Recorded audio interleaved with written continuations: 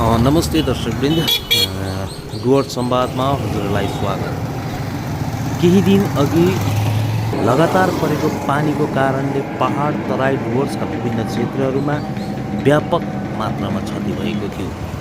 सोही क्रममा सिलिगुडीकै मुटु मानिने यो बालासन नदी पनि क्षतिग्रस्त भएको थियो, जसको एउटा पिलर धस्किएको थियो। सोही पिलरको धस्किएको पिलर साथै बालासन नदीको निरीक्षण गर्न आज दार्जिलिङका सांसद राजु विष्ट, भाजपा खरसाङका विधायक बिपी बजगाई लगायत अन्य अधिकारीहरू यस स्थलमा निरीक्षण गर्न आएका छन्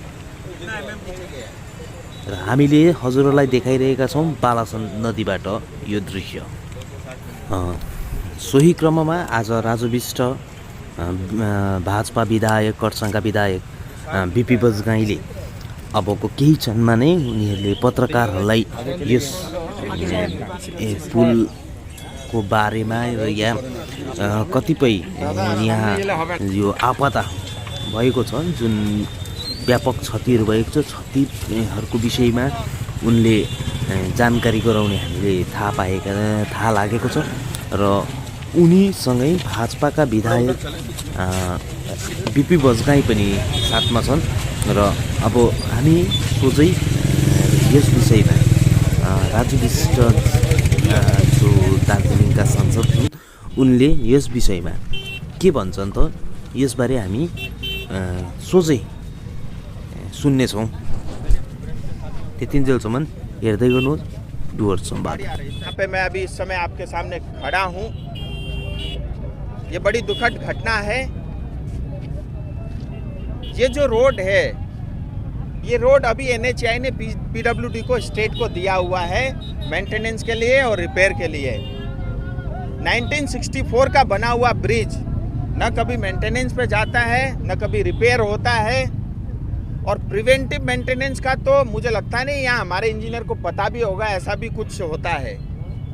सो इस वजह से ये घटना घटी है, बहुत दुखद है। लेकिन मैं आपके माध्यम से सिलीगुड़ी के जनता को ये बता देना चाहता हूँ, जो हुआ सो हुआ। मुझे लगता है ये भी अच्छे के लिए हुआ।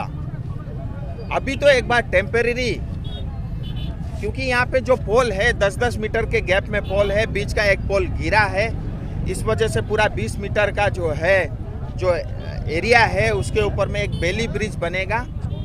बेसिकली ये प्री फैब्रिकेटेड जो है लोहे का एक जो स्ट्रक्चर बनेगा और वो पुल के नीचे लगाया जाएगा, जिसके कारण सारा वजन उस पर आएगा। और जो अभी 260 मिलीमीटर नीचे धंसा हुआ है जो एक पोल बीच का, उस पर लोड ना आकर के वो बेली ब्रिज के ऊपर में पूरा जो है भार आ जाएगा। और मुझे लगता है ये अगले 25 दिन में तैयार हो जाएगा और 25 दिन बाद जो है सुचारू रूप से यहाँ पे गाड़ियाँ चलना शुरू होगी। कल ही मेरी एनएचएआई के लोगों से भी और ministry of road and highways उनसे भी बात हुई थी। वो स्वयं भी आए थे, उन्होंने भी देखा है। पीडब्ल्यूडी के साथ इंजीनियर मिल करके एक ये टेम्परेरी अरेंजमेंट किया है जो 25 दिन में तैयार हो जाएगा और सुचारू रूप से एक बार ट्रैफिक चालू हो जाएगा।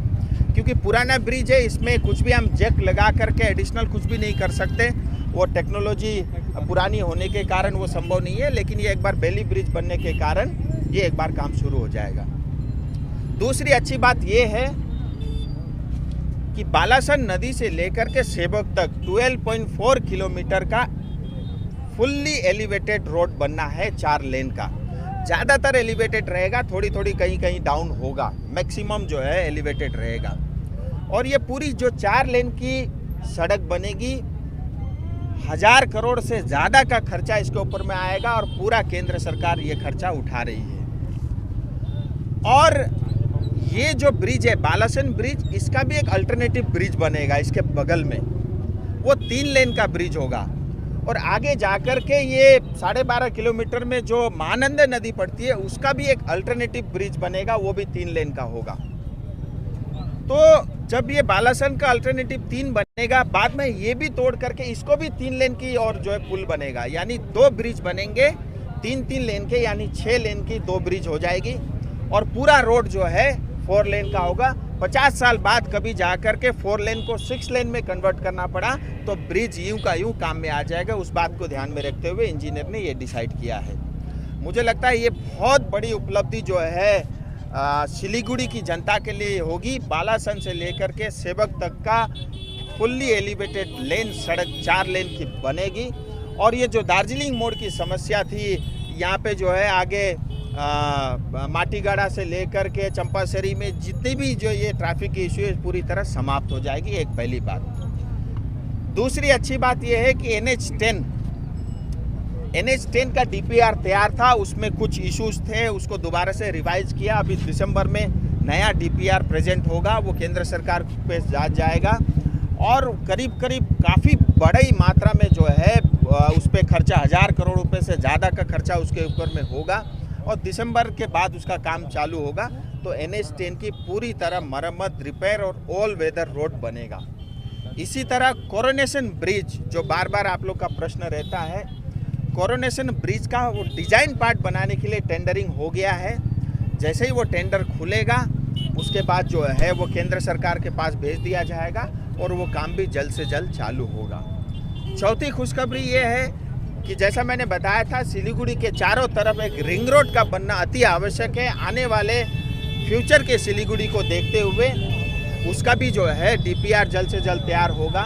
सो मैं आपके माध्यम से कहना चाहता हूँ कि सिलीगुड़ी दार्जिलिंग इस क्षेत्र को लेकर के 5000 करोड़ से ज़्यादा रुपया केंद्र सरकार ने सैंक्शन किया है अलग अलग प्रकार के सड़क और हाईवे के लिए।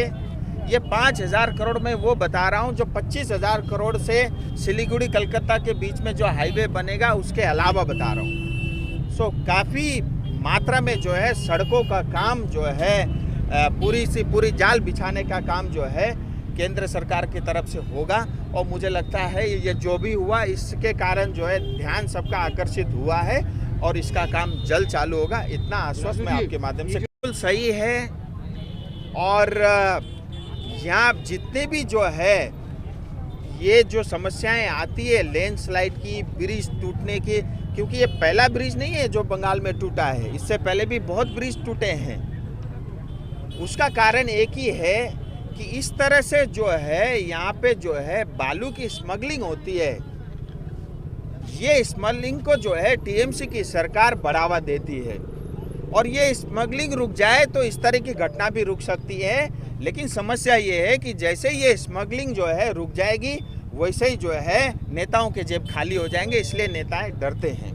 और पूरे जितने भी मंत्री से लेकर के संतरी तक जो है पश्चिम बंगाल सरकार के लोग इसमें मिले हुए हैं। सिर्फ ये नदी नहीं, जितनी भी नदियां हैं पश्चिम बंगाल में उसमें ये भू माफिया और जिस तरह से ये जो स्मगलिंग चलती है ये बहुत बड़ा कारण है।